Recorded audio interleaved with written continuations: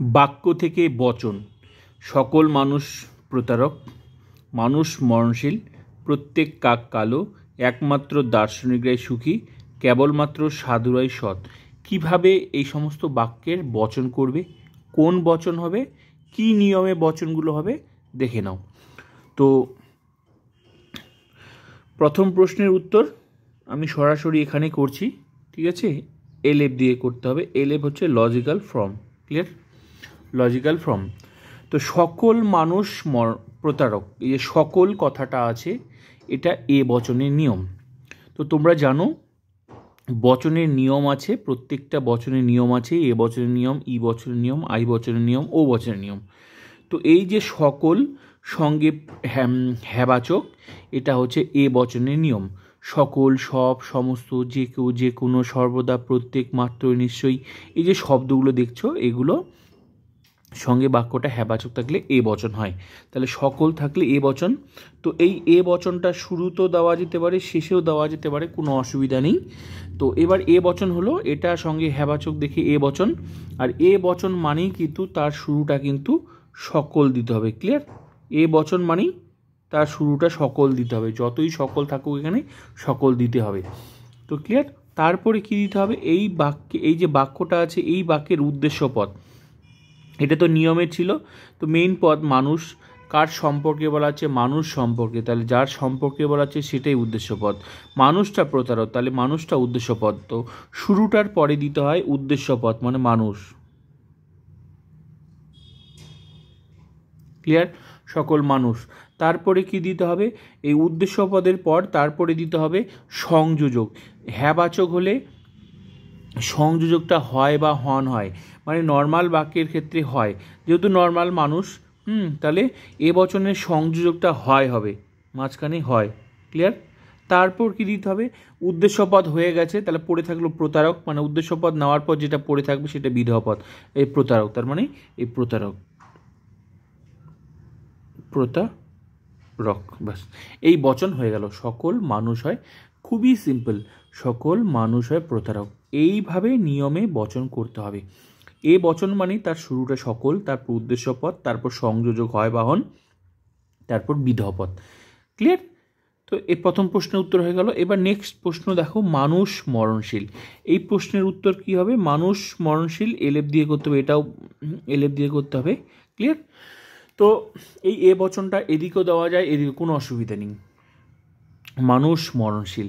এবার ভালো করে দেখো, মানুষ মরণশীল মানে কি, সবাই মরে, তার মানে সব নিয়মটা কার, এ বচনের নিয়ম, সঙ্গে হ্যাবাচক, তার মানে সকল মানুষই কিন্তু মৃত, মরে। ঠিক আছে? তাহলে এটা এ বচন হবে। কেন? কারণ এ বচনের নিয়মটা এখানে আছে, সকল মানুষ, সকল কথাটা এখানে যাবে, সবাই মরণশীল। আর আমরা জানি এ বছরের নিয়ম সকল, সব, সমস্ত, যে কেউ, যে কোনো, সর্বদা, প্রত্যেক, মাত্র, নিশ্চয়ই, এই শব্দগুলো মনে রাখতে হবে। তাহলে এই যে শব্দগুলোর সঙ্গে হ্যাবাচক থাকলে সেটা এ বচন হয়। তার মানে এটা সকল মানুষ মরণশীল আমরা জানি, তার মানে এটা এ বচন হবে। ক্লিয়ার? তো এ বচন মানেই এ বচন, মানেই তার শুরুটা হচ্ছে সকল, সকল। ঠিক আছে? এই নিয়মেই করতে হবে। তারপর কি যে উদ্দেশ্য পদ, এই বাক্যের উদ্দেশ্য পদ কি, মানুষটা, মেন পদ হচ্ছে মানুষ, মানুষ। ক্লিয়ার?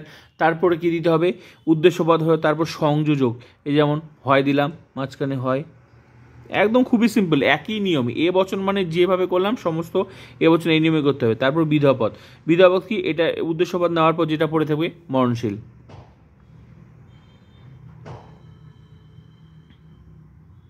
ক্লিয়ার? ভালো করে দেখো, প্রথম প্রশ্ন উত্তর যে নিয়মে হলো সেই নিয়মে, শুধু জাস্ট শব্দগুলো চেঞ্জ হলো, কিন্তু নিয়মটা একই। ক্লিয়ার? তাহলে সকল মানুষ হয় মরণশীল। এবার নেক্সট প্রশ্ন দেখো, প্রত্যেক কাক কালো। চলো এই 3 নম্বর উত্তরটা করি, এটাও এলএফ দিয়ে করতে হবে। ঠিক আছে? প্রত্যেক কাক কালো, তার মানে প্রত্যেক সঙ্গে হ্যাবাচক, কার নিয়ম, এখনই বললাম, সকল, সব, সমস্ত, যে কেউ, যে কোনো, সর্বদা, এই যে শব্দগুলো প্রত্যেক, এগুলো থাকলে বাক্যটা হ্যাবাচক, এগুলো থাকলে সঙ্গে হ্যাবাচক থাকলে এ বচন হয়।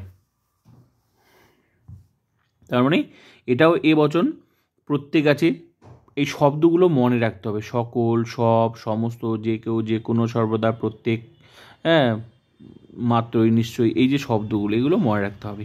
এগুলো থাকলে আর হ্যাবাচক থাকলে, প্রশ্ন হচ্ছে হ্যাবাচক আর নাবাচক কি। নাবাচক মানে নয় শব্দ থাকবে, আর নয় বাদ দিয়ে হ্যাবাচক। তার মানে নাবাচক মানে ভাত খাবো, এটা একটা হ্যাবাচক। ভাত খাবো না, এটা একটা নাবাচক। ক্লিয়ার? ওরকম। তো তার মানে এটা এ বচন, আর এ বচন মানেই তার শুরুটা সকল দিতে হবে। ক্লিয়ার? ক্লিয়ার?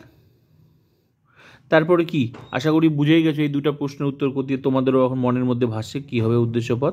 তাহলে কাকটা হবে সকল কাক, তারপর হয় হবে এটার বিধবত কি, কালো।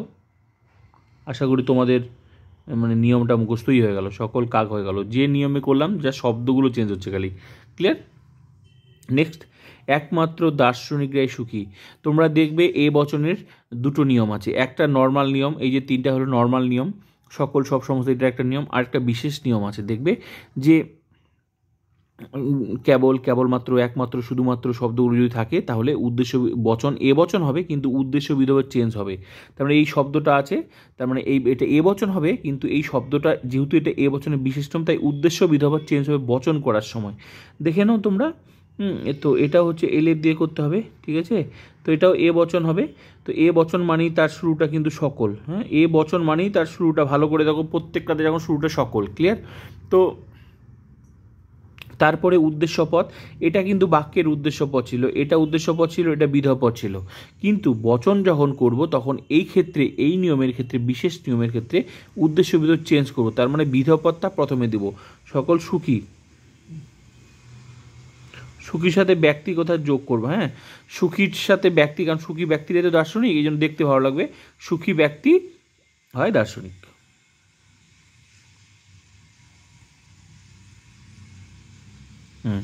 ভালো করে দেখো, সকল সুখী ব্যক্তি হয় দার্শনিক। তো বাক্যের উদ্দেশ্যপদ ছিল দার্শনিক আর বিধপদ ছিল সুখী, কিন্তু এখানে কিন্তু এই বচনে কিন্তু এটা বিধপদ হয়ে গেল। কেন? কারণ এটা নিয়ম আছে যে একমাত্র শব্দটা থাকার জন্য এই ক্ষেত্রে যখন মনে রাখবে কোনো বাক্যে যদি কেবলমাত্র, একমাত্র, শুধুমাত্র এই সমস্ত শব্দগুলো থাকে, তাহলে আমরা যখন বচনটা করব, তো এই জন্য এটা এই বচনের বিশেষ নিয়ম।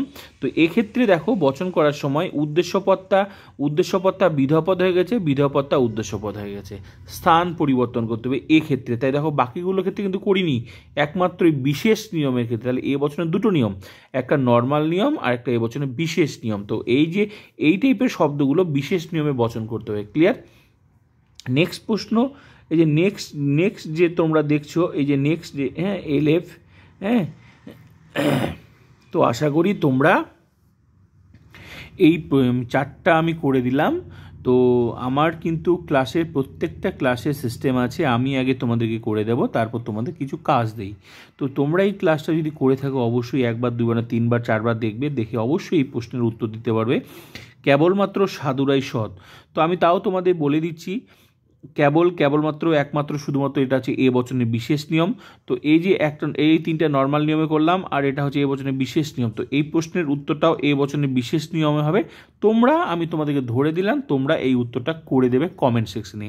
আর আজকের ক্লাস কেমন লাগলো কমেন্ট করে বলবে। ভালো লাগলে অবশ্যই লাইক করবে, আর বন্ধুদেরকে শেয়ার করবে। প্রোফাইলটা ভিজিট করে আদার্স ক্লাসগুলো তোমরা দেখে নেবে। তো প্লিজ শেয়ার।